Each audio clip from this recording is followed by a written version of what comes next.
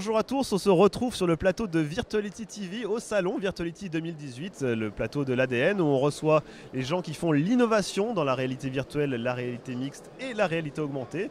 Avec moi David Cujas, vous êtes directeur exécutif pour Accenture Interactive. La réalité virtuelle et les réalités mixtes, c'est également pour créer des communautés, créer des interfaces, ça peut être au service des marques, au service de l'e-commerce, vous êtes là pour nous en parler. Alors, première question, j'aimerais savoir si cette technologie-là, cet ensemble de technologies est suffisamment mature aujourd'hui pour être utilisé par et pour les marques. Alors, la technologie est mature, il faut distinguer le monde du B2B et le monde du B2C.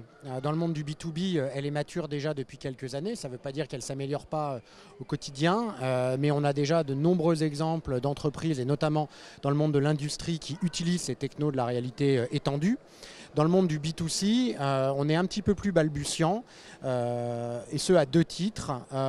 D'une part, du fait de l'émergence des technos, qui arrive, et notamment grâce à l'Apple Kit, à l'AR Kit pardon, dans le nouvel OS d'Apple, et d'autre part parce que les marques doivent se doter de capacités à créer des nouvelles expériences et à raconter des nouvelles histoires.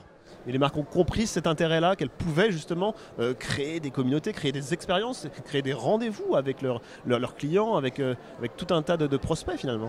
Je pense qu'elles l'ont noté. Si on fait une comparaison avec les réseaux sociaux dont on a vu une adoption massive il y a encore quelques années, mais en l'absence d'une stratégie claire, tout le monde voulait avoir sa page Facebook par exemple.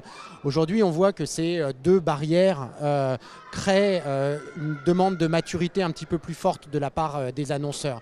Il faut qu'elles soient convaincues que l'expérience qu'elles vont faire vivre soit de qualité exceptionnelle pour qu'elles décident de franchir le pas. Et justement, est-ce qu'on a un nouveau changement de paradigme? Parce que la réalité virtuelle, il faut comprendre que ça permet de créer du lien entre une marque et un client.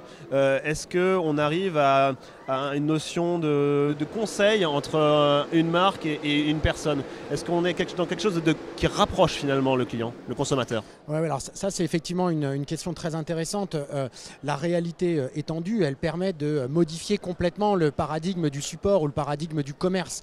Là où il fallait que je me déplace sur un point de vente physique ou que j'ai une interaction très plate au travers d'un écran d'ordinateur ou de téléphone mobile, je vais avoir la possibilité aujourd'hui de m'immerger dans un monde de sensations et où que je me trouve. Et donc finalement, des logiques de commerce ubiquitaires, si je puis dire, font évoluer la manière de rentrer en relation avec les marques et d'acheter.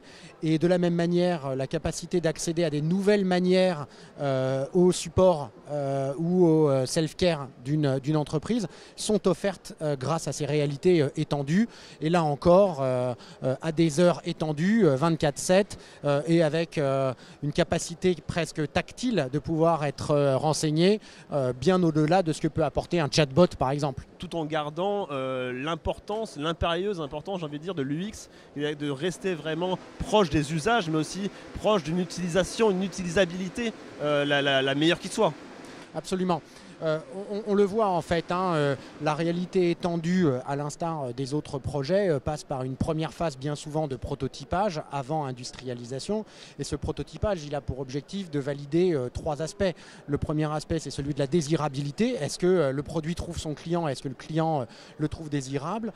La faisabilité. Est-ce que ce que je dois développer fonctionne? Et le troisième aspect, c'est la sustainabilité. Est-ce qu'il y a un modèle économique derrière? Quand ces trois aspects-là, ou ces trois planètes sont alignées, si je puis dire, on peut passer en phase d'industrialisation et c'est là qu'on va avoir besoin d'une puissance importante, que ce soit dans la production du contenu, dans le déploiement des solutions, mais également dans toutes les logiques de change management pour accompagner ces évolutions au sein des entreprises. Justement, vous en parlez, alors combien ça coûte de faire de l'AVR si je suis une marque? Est-ce que ça coûte cher? Est-ce que c'est lourd comme investissement? Alors, la phase de prototypage peut être très agile et ne pas coûter grand-chose étant à rapporter finalement au budget marketing des sociétés en question. La phase d'industrialisation, elle, peut coûter un petit peu plus, dans la mesure où si je veux avoir l'intégralité de mon catalogue, l'intégralité des options, des variations, une logique d'interaction qui peut être, par exemple, dans le domaine de l'automobile, la possibilité d'ouvrir une porte, de la refermer, d'entendre le bruit qu'elle fait, d'activer un équipement, etc. etc.